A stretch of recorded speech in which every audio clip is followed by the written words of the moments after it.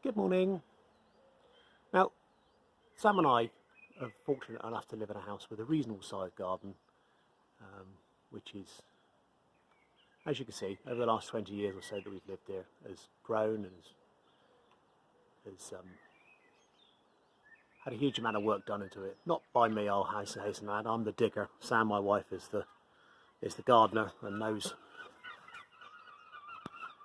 what should go where and how it needs to be looked after. So, really, the beauty of the garden is down to her expertise, not mine. And chatting to her, I was sort of telling her how beautiful it looked, and I can appreciate the overall beauty and wonder of the garden, but for her it was very different. She looks at it and goes, yes, it's beautiful, but then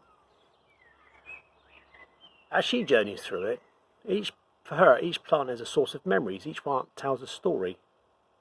That one was from Nana, she would say. That one we bought on holiday in Wales. That one I grew from the seed. It struggled at the beginning, but look at it now. This one is over 20 years old, and so on and so on. The stories would come out. Each plant had some memory for her. For me, I could just appreciate the overall beauty. For her, it was a journey through, well, our history together, really, our life together.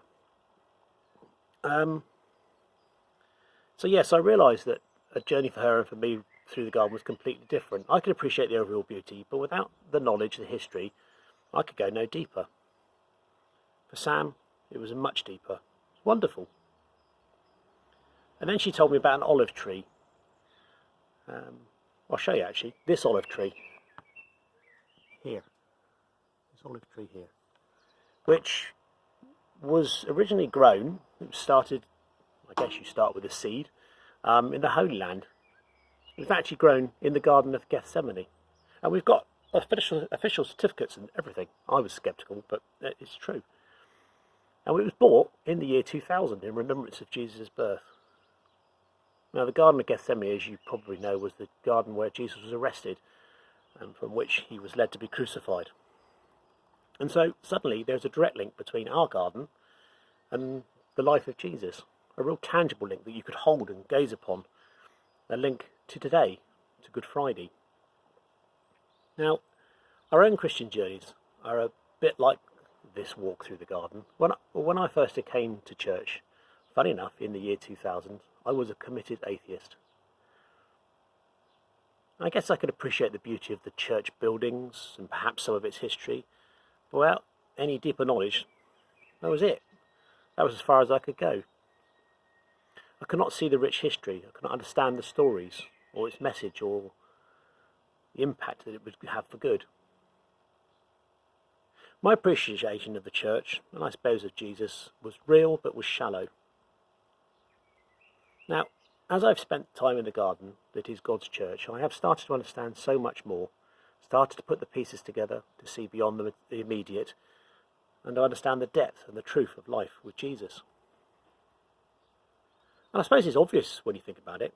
How can you understand something if you don't spend time with it?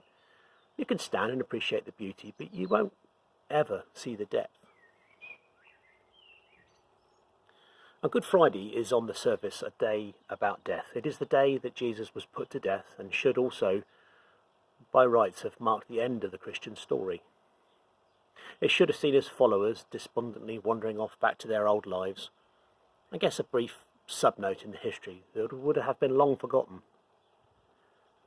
But no, here we are. Here I am, over 2,000 years later, talking about this obscure Jew that lived so long ago, trying and failing to live up to his message.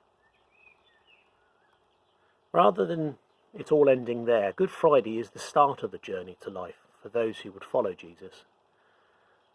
The fact that we are talking about him today confirms that something amazing is about to happen. And I guess so it is with our garden.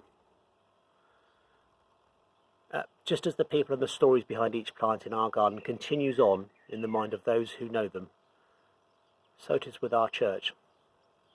Sometimes it is battered, sometimes it looks like it is dying or it is under attack, but as you can see, there is much to have hope about for those who dig beneath the surface, who do more than just look and appreciate the beauty.